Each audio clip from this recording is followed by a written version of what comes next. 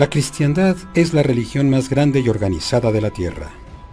1 de cada 3 personas es miembro. Sus iglesias se encuentran en todos los continentes, incluso en la Antártica, y su legado se remonta a hace 2000 años. La historia se encuentra en los 4 evangelios: Mateo, Marcos, Lucas y Juan. La cristiandad ve estos textos como las primeras y más fieles representaciones de la vida de Jesús. Pero, ¿y si hay más? ¿Y si algo se quedó sin contar? Algo considerado tan escandaloso que fue denunciado como blasfemo por la Iglesia primera. Varios de estos evangelios han sido encontrados y muestran una imagen inesperada de Jesús. Los autores de estos manuscritos eran escribas desconocidos que trabajaron en los 3 siglos posteriores a la muerte de Jesús, posiblemente promoviendo sus propias versiones de la cristiandad. Sus evangelios fueron considerados heréticos, pero alguien creyó que valía la pena guardarlos. Al sur de Egipto, alguien, posiblemente monjes del lugar, envolvió los textos en piel, los metió en un jarro de barro y los enterró muy profundo en el desierto. Quizá pensaron que algún día, de algún modo, los escritos verían la luz del día. Y más de 1600 años después, así fue. En 1945, un granjero que buscaba fertilizante hace un descubrimiento sorprendente. El jarro de barro con las otras historias sobre Jesús. Los libros están escritos en idioma copto, posiblemente copias de traducciones en griego antiguo. La datación por radiocarbono coloca estos documentos entre los siglos III y IV. Su autenticidad no está en discusión. Es lo que está escrito en los documentos lo que crea controversia. Se conocen como los manuscritos de Nag Hammadi y quizás sean uno de los hallazgos arqueológicos más importantes de la historia. En el Cairo, expertos en religión y arqueólogos descifran los textos minuciosamente, un proceso que continúa hasta hoy en día. Entre más saben sobre los documentos, más se sorprenden. Los manuscritos de Nag Hammadi, junto con historias de otros textos antiguos, describen un sistema de creencia muy diferente al de la cristiandad ortodoxa. Historias insólitas sobre Jesús, historias sobre una adolescencia y una juventud desenfrenadas, incluso historias que representan una posible relación con una mujer. Estos manuscritos ofrecen un nuevo y sorprendente aspecto sobre la vida de Jesús, desafiando preceptos antiguos y básicos de la Iglesia. No les interesa contarnos sobre Jesús, el personaje histórico. Les interesa más contarnos sobre cómo pensaban que era Jesús, la trascendencia de Jesús.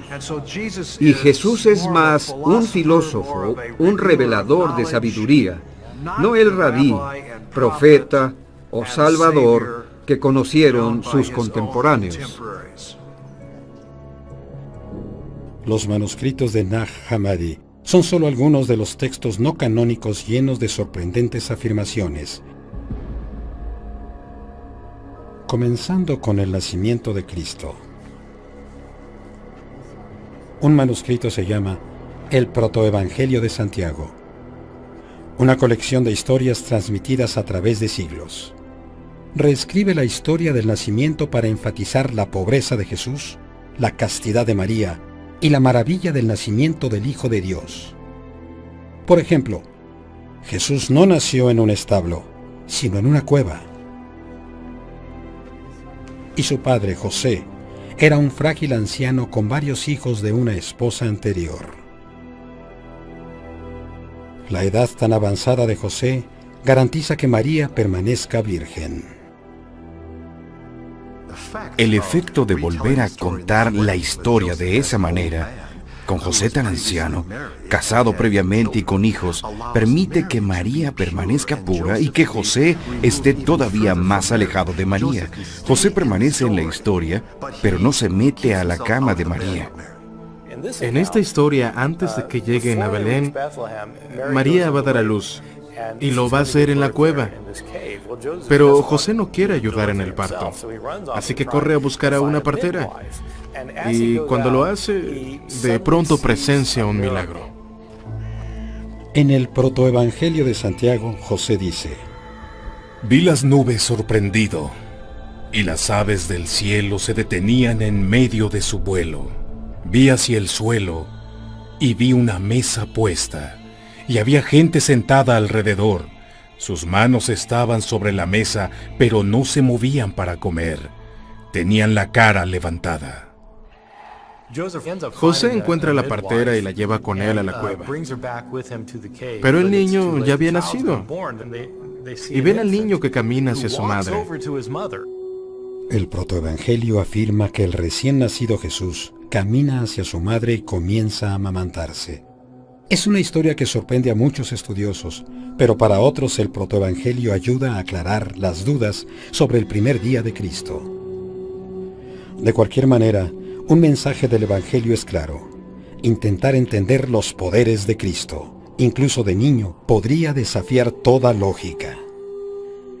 Estos textos intrigan a muchos estudiosos. Algunos ven estas historias como eslabones perdidos que intentan representar a un Jesucristo más místico. Para otros, son cuentos que dicen más sobre sus autores que sobre el Jesús histórico. Pero las preguntas continúan persiguiendo a los estudiosos de la Biblia.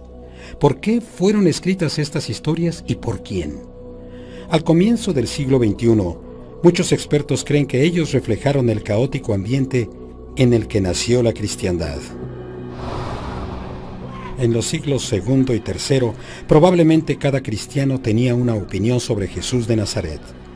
Estas otras historias, ya sean realidad o ficción, pudieron ser el medio por el cual la gente aceptó a Jesucristo, el hombre, el profeta, el Hijo de Dios. Las opiniones iban desde lo tradicional hasta lo extremo. Algunos grupos afirmaban que habían 36 dioses. Algunos grupos afirmaban que habían 365 dioses. Y todos estos grupos se hacían llamar cristianos y sostenían que sus puntos de vista eran los legítimos. Hay historias que dicen que Jesús estaba muy cerca de una mujer, de que Jesús escapó de la crucifixión, de Jesús resucitando como un gigante. Un evangelio desenterrado en Egipto en 1896 afirma que el discípulo más cercano de Jesús era una mujer. El texto, el cual se le atribuye a María Magdalena, insinúa una relación más íntima con Jesús. Otro de los textos perdidos es el evangelio de Judas, el traidor de Jesús. En este sorprendente documento, Judas es representado como un héroe por entregar a Jesús a las autoridades. Este evangelio dice que Jesús le dijo a Judas que lo hiciera, y que Judas sería favorecido por hacerlo. Algunas personas simplemente rechazan estos textos, dicen que son herejías y desearían que los regresáramos a los hoyos donde estaban. Y creen que son otra manifestación del diablo que anda otra vez afuera para descarriar a la gente. La investigación que intentaba saber quién escribió estos textos llegó al corazón de la confusión política y religiosa que siguió después de la muerte de Jesús. El antiguo Medio Oriente se encontraba entre corrientes religiosas y filosóficas: judaísmo, estoicismo y la fe egipcia y siria. Uno de estos movimientos era una secta revolucionaria llamada los gnósticos. Muchos gnósticos se consideraban cristianos.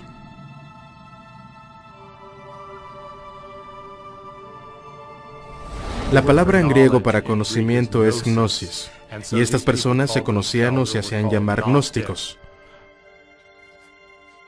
Para estos cristianos, Jesús era un Salvador divino traído de más allá desde los límites del universo material. Su cuerpo era un disfraz terrenal que alojaba un espíritu divino. Parte del problema de la iglesia era decidir quién era Jesús, hasta qué punto era un ser humano, hijo de un hombre, y hasta qué punto era un ser divino, el Hijo de Dios. Muchos gnósticos se acercaron a la figura de Jesús, a sus lecciones de amor, de caridad y de tolerancia, un maestro del conocimiento secreto. Pero los gnósticos estaban en desacuerdo con el concepto tradicional de que Cristo debía morir por nuestros pecados. Los gnósticos y otras sectas cristianas querían explorar sus propias versiones de Jesús y comenzaron a escribir sus propias historias. Vamos a escribir nuestra propia historia. Olvidemos lo de la cruz, que es algo feo, y enfoquémonos en su sabiduría espiritual, que es lo que nos ayuda todos los días. No nos pidan que tomemos una cruz y lo sigamos, eso es pedir demasiado. Queremos un Jesús que podamos manejar, no un Jesús que nos maneje a nosotros. Mientras los expertos descifran los inusuales manuscritos, las diferencias se vuelven más claras.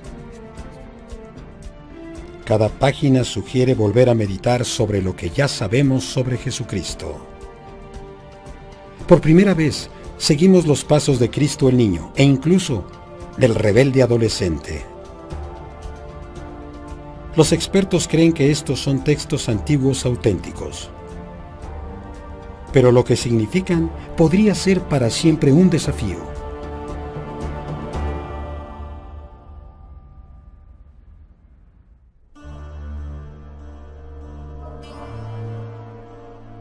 Cada uno de los textos sobre Jesús está lleno de sorpresas. Un manuscrito, el Protoevangelio de Tomás, es una colección de historias que muestran a un niño inmaduro mostrando sus poderes sobrenaturales. El protoevangelio de Tomás comienza con una escena con Jesús jugando junto al río en el lodo. Jesús jugando en el lodo. Se está mostrando como un creador, como Dios que jugaba con el lodo. En el Génesis, cuando creó al primer ser humano. Pero en la orilla del río, Jesús no creó a Adán a su semejanza. Creó algo completamente diferente. Forma unos gorriones con el lodo, y mientras lo hace, un judío pasa por ahí y se enoja al ver que lo hace, porque es el Sabbat. Jesús está violando el Sabbat, está trabajando en el Sabbat. Esto anuncia lo que sucederá más adelante en su vida, cuando enfrenta esas controversias sobre la observancia del Sabbat. El hombre va a decírselo al padre de Jesús, y José aparece en la escena, y ve a su hijo, ve los gorriones hechos de lodo y se enoja, y le dice a Jesús, ¿qué hiciste? Has violado el Sabbat. Jesús responde dando unas palmadas, y los gorriones de lodo comienzan a volar, y se van volando. Es el primer milagro descrito en este evangelio. Una historia para ilustrar las habilidades místicas parecidas a las de Dios, de Jesús niño. Así que destruye toda evidencia de alguna mala obra. Muestra que Jesús puede crear vida, que posee poderes divinos y resuelve el problema de estar trabajando en el Sabbat. Él es el Señor del Sabbat, aunque solo tenga 5 años. Lo que sigue en el protoevangelio de Tomás es casi imposible de creer. Este evangelio afirma que el Hijo de Dios es capaz de quitar la vida. Él tiene un mal carácter, así que cuando Jesús se enoja hay que tener cuidado porque te podría dar una golpiza por su mal carácter. De acuerdo con este texto, Jesús deja lisiado al Hijo del Hombre que se quejó porque Jesús había violado el Sabbat, diciendo: Quedarás como un árbol sin raíces, sin frutos. Y el niño se desvanece en su presencia. Luego llegan los padres del niño lisiado y se lo llevan cargando, lamentándose, preguntándose qué clase de niño puede maldecir a alguien así.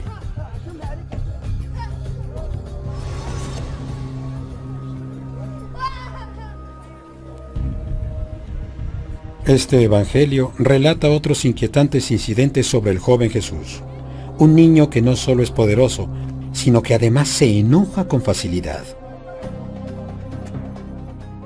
Jesús va caminando por la calle de Nazaret y otro niño le da un empellón en el hombro, por accidente, y esto irrita a Jesús.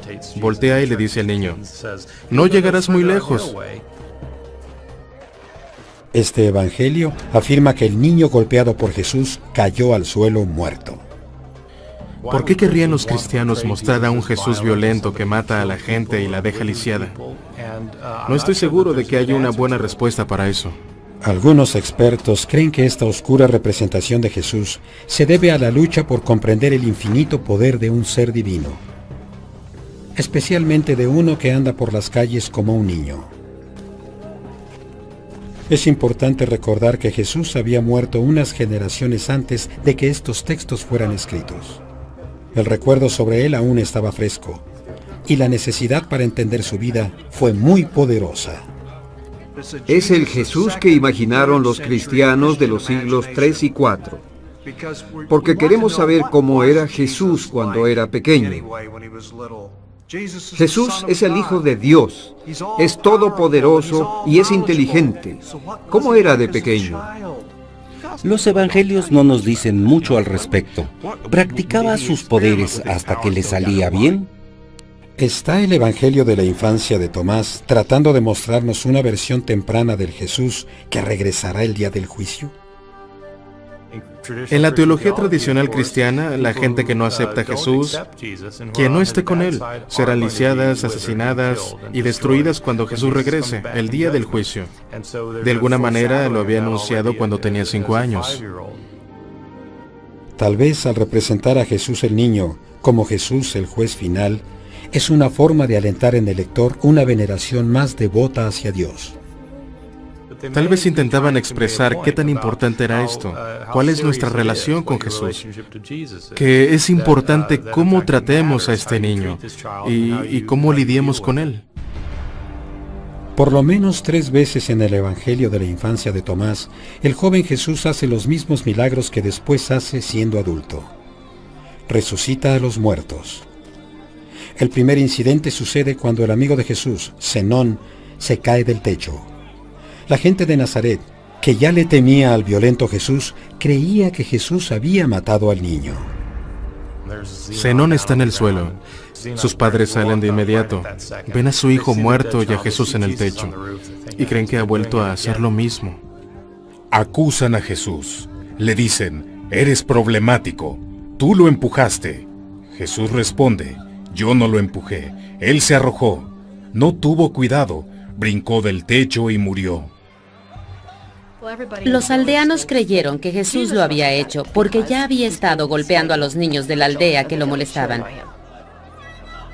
Jesús intenta defenderse, enojado por ser acusado de matar a su amigo. Y grita, Zenón, yo te empujé. Zenón resucita y dice, no, Señor, tú no me empujaste, tú me has levantado. Jesús, el niño biónico que puede saltar del techo, aterrizar en el suelo y resucitar a un niño para que diga la verdad. Los expertos dicen que esta historia fue un intento de los autores por mostrar la transformación del joven Jesús, que conforme crecía, comenzó a notar que podía utilizar sus poderes para hacer el bien. Otro ejemplo en donde Jesús usa sus poderes para devolver la vida está en una historia donde una madre se lamenta porque su hijo ha muerto. Cuando Jesús escucha llorar a la madre, va hacia el niño, lo toca en el estómago y dice,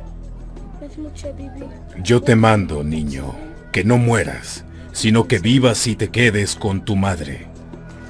Cuando el niño regresa a la vida, Jesús le dice a la madre, tómalo, dale leche y acuérdate de mí. Algunos estudiosos creen que la redención de Jesús, de adolescente asesino a dador de vida, fue un intento de los autores por mostrar la madurez de Jesús. Ya está consciente de quién es Él, de lo que es capaz y hacia dónde se dirige su vida. Mucha gente cree que los evangelios de la infancia no son más que interpretaciones creativas de la Biblia, resultado de una nueva y convincente doctrina del siglo II. pero no necesariamente visiones precisas de la vida del joven Jesús. Estos evangelios de la infancia son romances cristianos. Son entretenidos, disfrutables y son muy divertidos. Muchas de las historias de los evangelios de la infancia son cuentos sencillos que no tratan de asuntos de vida o muerte. Una historia conocida del evangelio de la infancia de Tomás describe cómo Jesús trabajaba con su padre, José, en la carpintería. Creo que una de las historias más divertidas en el Evangelio de la infancia es donde Jesús vive en Nazaret. Es hijo del carpintero. El cuento narra que José no era muy buen carpintero. José es contratado por un hombre rico para hacer una cama. Esto significa dinero para la familia. Es un trabajo importante, pero desafortunadamente José comete un error. José corta la madera muy corta y no tiene dinero para reponerla. Pero su joven hijo le dice que no se preocupe. Jesús usa sus poderes para agrandar la madera, regresándola al tamaño que tenía. Ahora el tamaño es perfecto y José está muy contento. Una vez más vemos el poder de Jesús, incluso siendo un adolescente. En algunos casos, los textos perdidos y la Biblia cuentan la misma historia. Por ejemplo, cuando Jesús tenía 12 años, visita el templo en Jerusalén. Algunos estudiosos creen que esta correlación podría confirmar la validez de los manuscritos perdidos. Otros dicen que la historia de Jesús en el templo es tan común que está registrada en la Biblia en el Evangelio de Lucas que no prueba nada, excepto que se usó a Lucas como fuente. No es fantástico. Jesús no hace volar pichones hechos de barro, no reprende a nadie, no resucita a un niño muerto. Solo está en el templo discutiendo sobre las escrituras y sobre teología con los maestros de la ley. El misterio sigue sin resolverse. ¿Son estas historias sobre Jesús reales o son adornos creativos? ¿Es posible que sus primeros años hayan estado llenos de enojo, represalias y piedad? Uno de los textos apócrifos no solo habla de la niñez de Jesús, de hecho intenta aclarar las dudas de su vida, entre las edades de 12 y 30. Esta moderna e inusual narración cuenta la increíble historia de un viaje de Jesús, un viaje fuera de Galilea, al Himalaya.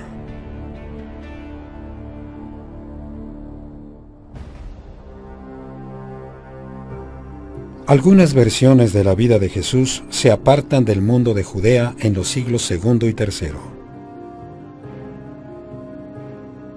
1887, al norte de la India. Los años perdidos de la historia de Jesús toman un giro inesperado. La historia comienza en la remota aldea de Leh, donde un escritor ruso llamado Nikolás Notovich se rompe un pie al caer de su caballo. Los monjes budistas de un monasterio cercano lo salvan.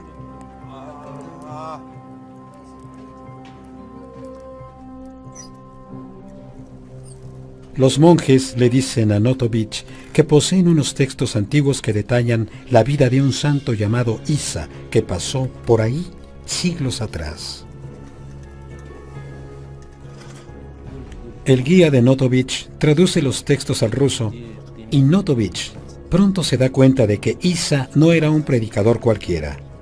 Concluye que ese santo era Jesús y que estos son los relatos de los años perdidos. Uno de los grandes misterios y uno de los grandes puntos de especulación sobre la vida de Jesús es lo que hizo cuando tenía entre 12 y 30 años. La gente piensa que no se sabe nada sobre esos años. Incluso el nombre del profeta del Himalaya es una pista. Isa significa Jesús en muchas lenguas del Oriente.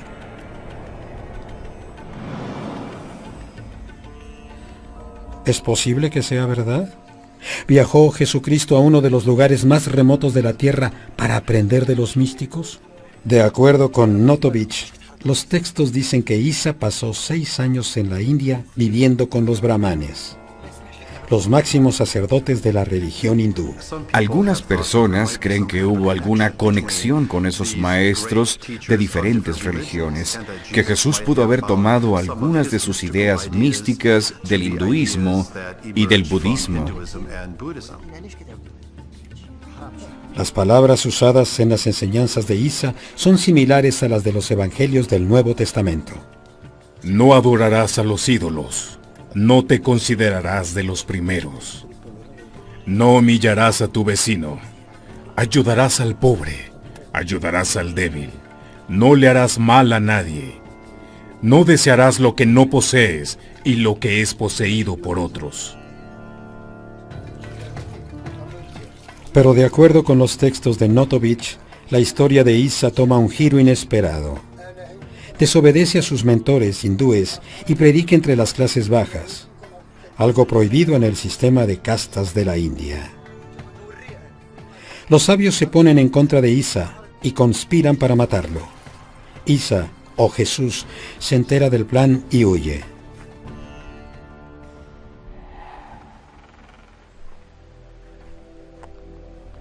Notovich se cura de su herida y regresa a casa, pero en su maleta lleva bien envueltas las traducciones de los textos.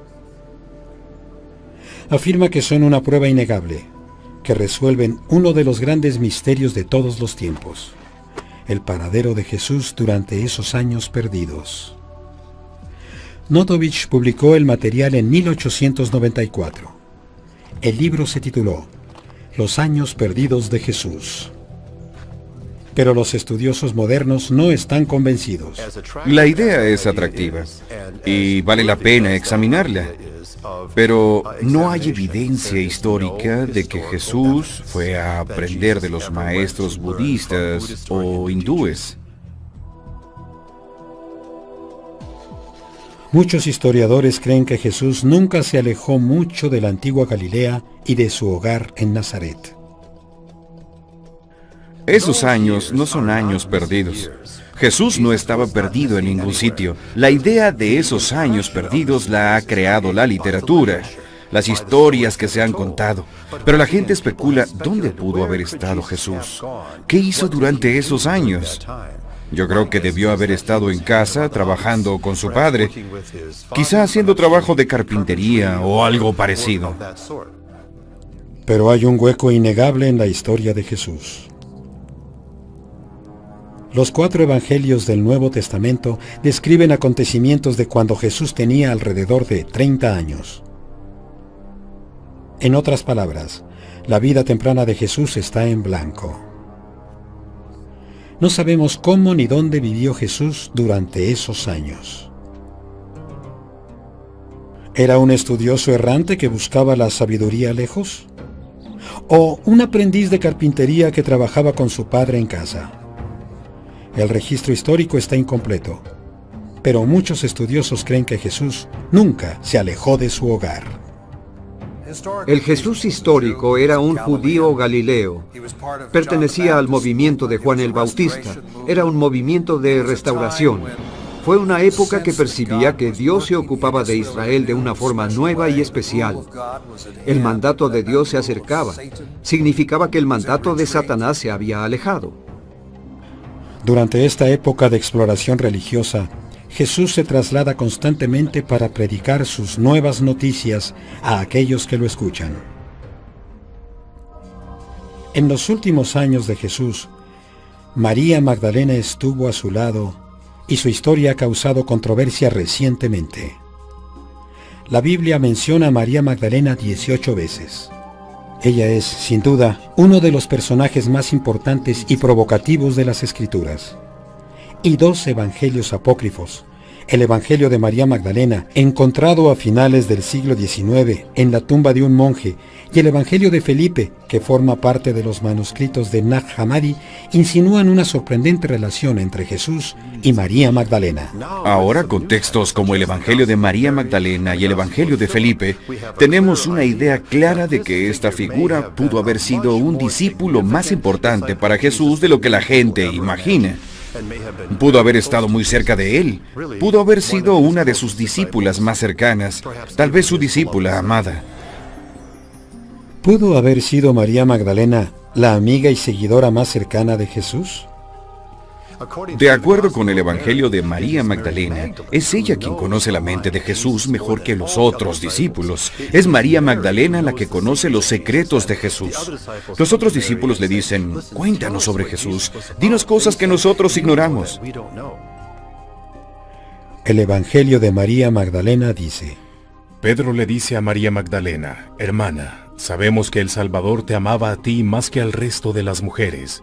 Dinos las palabras del Salvador, lo que recuerdes, lo que sabes y que nosotros ignoramos, lo que no hemos escuchado. María responde, lo que ustedes no saben, ya se los revelaré.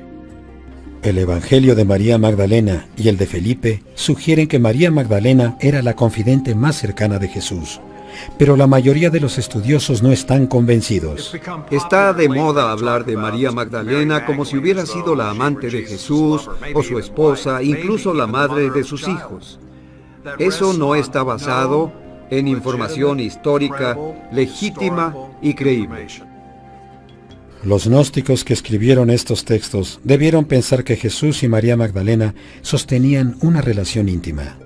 De acuerdo con los gnósticos, cuando Jesús besó a María Magdalena, compartió con ella los secretos del cielo. Pero un problema en descifrar el significado de los evangelios es la condición en la que están. En el caso del Evangelio de Felipe, el papiro se está deshaciendo y está lleno de hoyos. Debido a eso falta la palabra clave que describe dónde besó Jesús a María Magdalena. Algunos sugieren que la besó en la boca, pero pudo haber sido en la mejilla, la frente, la mano, la oreja, la nariz. No sabemos qué palabra era esa. Se ha dicho mucho sobre ese beso. Se ha usado como base para sugerir que hubo intimidad, una relación íntima entre Jesús y María Magdalena. Si tuvieron o no una relación íntima física, no está claro. Con tan poca evidencia de los textos gnósticos incompletos, el probar que existió una relación es algo difícil. Pero un capítulo de la vida de Jesús está bien documentada tanto en los evangelios canónicos como en los extracanónicos. La historia de su brutal tortura, su crucifixión y resurrección. Ahora los textos perdidos hacen su afirmación más polémica, una afirmación que golpea la base misma de la cristiandad. Que la sangrienta muerte de Jesús en la cruz nunca sucedió.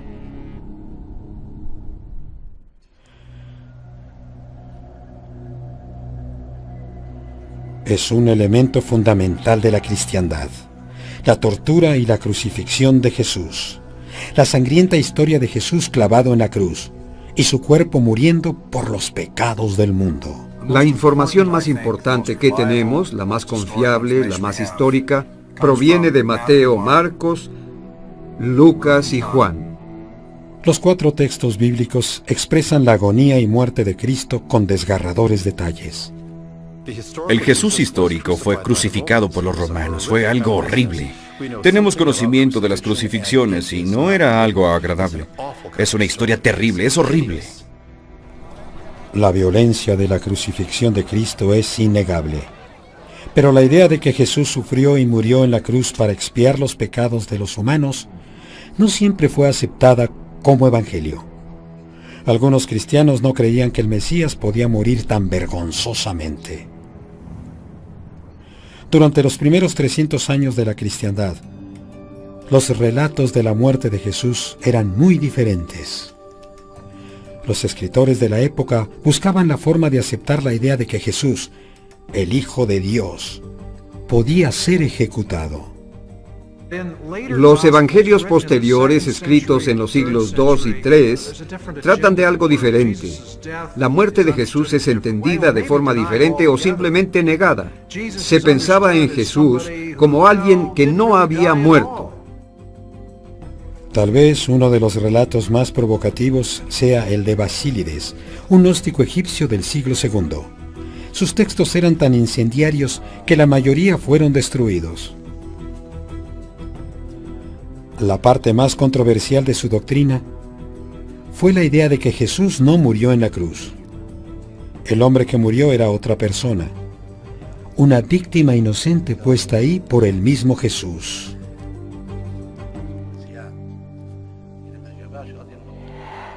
En un relato de la Biblia dice que un transeúnte ayudó a Cristo a cargar la cruz. Un hombre de Cirene, llamado Simón. Pero Basílides dice que Cristo le pone una trampa a su ayudante. Esta leyenda se encuentra en el Nuevo Testamento. Un hombre de Cirene llamado Simón ayuda a Jesús a cargar la cruz. De acuerdo con Basílides, Jesús, quien es el poderoso Hijo de Dios, hace un cambio de identidades. Mientras Simón cargaba la cruz, Simón tomó la identidad de Jesús y Jesús tomó la identidad de Simón. Un crítico de Basílides registró lo que éste había escrito. Simón estaba transformado, así creerían que él era Jesús. Fue crucificado por desconocimiento y por error, mientras Jesús, bajo la forma de Simón, estaba a un lado, riéndose de ellos. Se burla de la idea de que alguien pueda crucificarlo. Algunos creen que la versión de Basílides de la crucifixión nació de la incredulidad de que Cristo, el Mesías, pudiera morir de un modo tan horrible. Los romanos tenían al hombre equivocado. Crucificaron a Simón y Jesús no fue crucificado. Esa fue una forma de lidiar con el escándalo de la crucifixión, decir que nunca había sucedido, que Jesús sobrevivió y vivió como el Hijo de Dios. Otros relatos sobre la muerte de Cristo parte de los textos desenterrados de Nag Hammadi, Egipto. Colocan la historia de la crucifixión más allá del límite. En una versión llamado el Apocalipsis de Pedro, Jesús desaparece de la cruz y aparece al lado del apóstol Pedro, burlándose de los romanos por su desconocimiento. Jesús se para a un lado y entonces se ríe de la estupidez de aquellos que creían que podían crucificar al Hijo de Dios. El Apocalipsis de Pedro describe la escena en detalle. El Salvador me dijo: a este en cuyas manos y pies introducen los clavos es la parte carnal, el sustituto expuesto a la vergüenza, el que existió según su semejanza. Pero el que está a su lado es el Salvador viviente. Mira alegremente a aquellos que lo perseguían, se burla por su falta de percepción. Para algunos gnósticos, Jesús era una figura de otro mundo, a quien los humanos no podían ejecutar. Quizá el horror de la crucifixión de Cristo fue algo que los antiguos escritores no pudieron soportar, y se vieron forzados a reinterpretar lo que sucedió con Jesús el último día de su vida. Otras personas creían que la forma de tratar la crucifixión era haciendo preguntas fundamentales. ¿Fue Jesús realmente crucificado o no? ¿Las primeras tradiciones lo entendieron bien o no? ¿Es posible que alguien más haya sido crucificado en lugar de Jesús? ¿Que él no haya sido crucificado? ¿Pudo Simón de Cirene haber sido crucificado en lugar de Jesús? Los expertos dicen que no. Creo que esa historia no es creíble, ni siquiera es historia. Es una idea posterior, una idea del siglo II, basada en otra forma muy diferente de entender a Jesús. Eso no es historia. Durante siglos, estas dudas sobre la historia de Cristo causaron intensas batallas de fe, amenazando la unidad de la iglesia temprana. Aquellos que creían las historias de un Jesús gnóstico, un Salvador que desafiaba las creencias cristianas ortodoxas, eran un peligro para los líderes del nuevo movimiento llamado cristianismo. Estos estudiosos heréticos no solo reescribieron la crucifixión de Jesús, también tomaron la historia más sagrada de la resurrección de Cristo.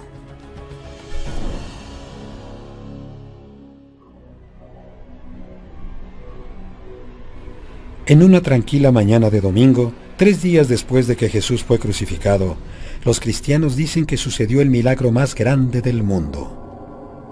Su Salvador se levantó de la muerte. Pero los evangelios bíblicos, Mateo, Marcos, Lucas y Juan, difieren sobre los detalles de esa mañana. Marcos dice que habían 3 mujeres y un ángel. Mateo reporta 2 mujeres y un ángel. Lucas dice que habían 3 mujeres y 2 ángeles, mientras Juan dice que solo María Magdalena estaba en la tumba con 2 ángeles. Para aquellos que no entiendan que puede haber discrepancias en los evangelios, les sugiero un ejercicio de comparación. Tomen los 4 evangelios del Nuevo Testamento y hagan una lista de lo que cada autor dice que pasó cuando Jesús resucitó. Comparen las listas y vean si pueden reconciliarlas.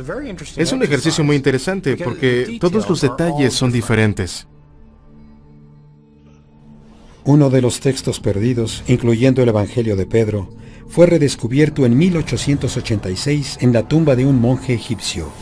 Brinda elementos adicionales a la historia de la resurrección. Hay otro evangelio sobre la resurrección de Jesús y es bastante extraordinario. A este trabajo lo llamamos el Evangelio de Pedro. El Evangelio de Pedro narra una historia sorprendente que estuvo perdida más de 1600 años. Jesús es sacado de su tumba por 2 gigantes. Y la cruz sale de la tumba. No sé qué estaba haciendo la cruz adentro de la tumba, pero la cruz sigue a Jesús afuera de la tumba. El texto dice que la voz de Dios retumba desde el cielo, preguntándole a Jesús si es que predica para los vivos y para los muertos. Y la cruz, que flota en el cielo, responde: sí. Tenemos a un Jesús gigante y a una cruz que habla y camina. Este es un relato estupendo. La idea es que la salvación de Jesús no solo será efectiva con los vivos, sino también con los santos que murieron antes de Jesús. Ellos también podrán salvarse por medio de la cruz de Cristo. Para los autores de estos textos, el crear estos relatos era una manera de explorar el impacto de la resurrección, que la resurrección del Hijo de Dios estaba más allá de lo comprensible. Es una historia tan grande que debía tener gigantes. A veces deben ser historias que son más grandes que la vida. A veces debe haber una historia que vaya más allá de los límites de lo que conocemos en nuestra vida diaria. Estos descabellados detalles que nos parecen tontos, creo que alguna vez impresionaron a los antiguos oyentes. Otros textos religiosos también relatan la resurrección de Cristo. Por ejemplo, el Corán, el libro sagrado del Islam, ofrece una versión de este relato cristiano.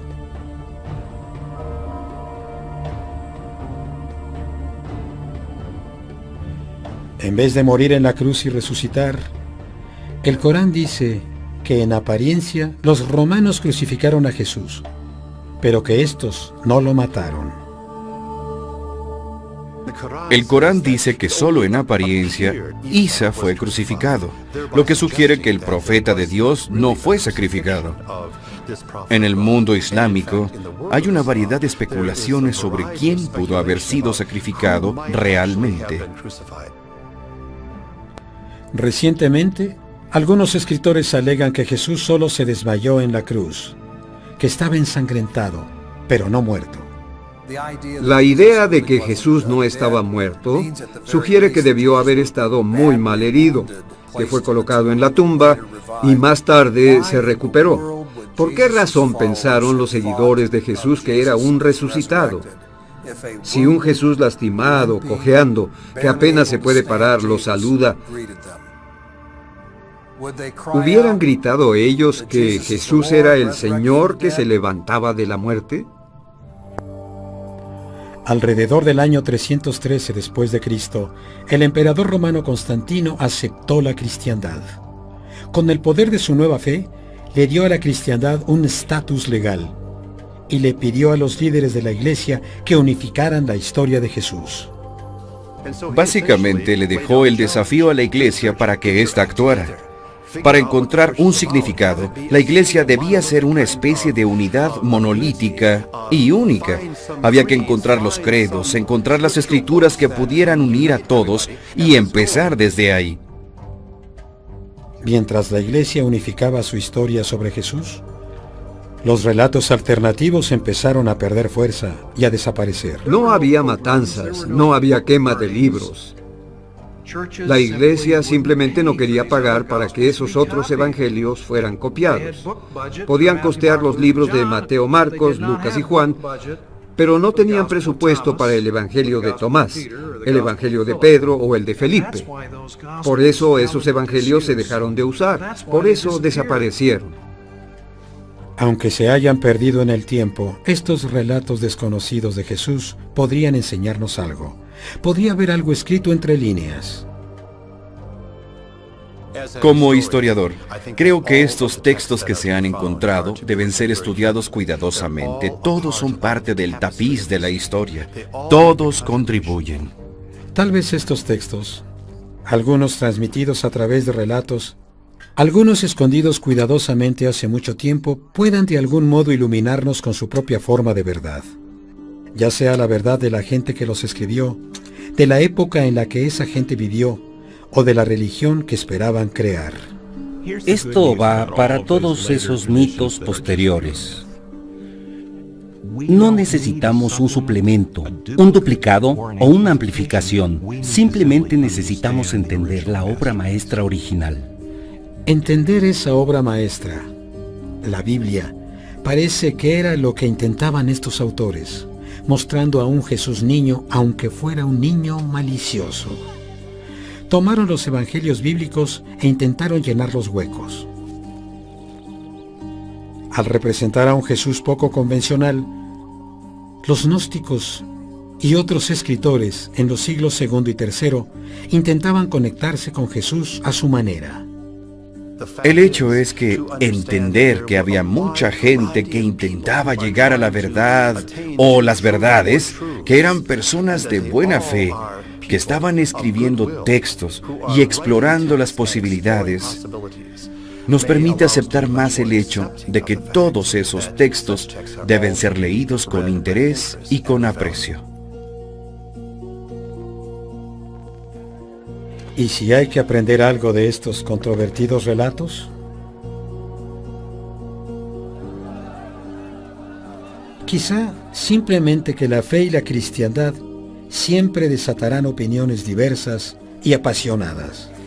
Si reconocemos que desde el principio la cristiandad era sorprendentemente diversa, eso debía hacernos tolerantes a la diversidad y no intolerantes. El entender las lecciones que recogen estos misteriosos textos no es cosa fácil. Creo que la gente común no tiene otra opción más que estudiar, tomar algunas clases, leer buenos libros y hablar con personas que sepan del tema. Pero eso es fácil de decir y difícil de llevar a cabo. Interpretar las historias de los textos perdidos puede ser cuestión de aprendizaje y fe. Pero una cosa es clara: los autores de estos relatos deseaban contarnos su propia versión de la historia de Jesús. Sus relatos continúan sorprendiendo y confundiendo a aquellos que los leen. De algún modo, el trabajo de estos antiguos escribas aún podría desafiar creencias básicas del cristianismo, así como lo hicieron hace tanto tiempo.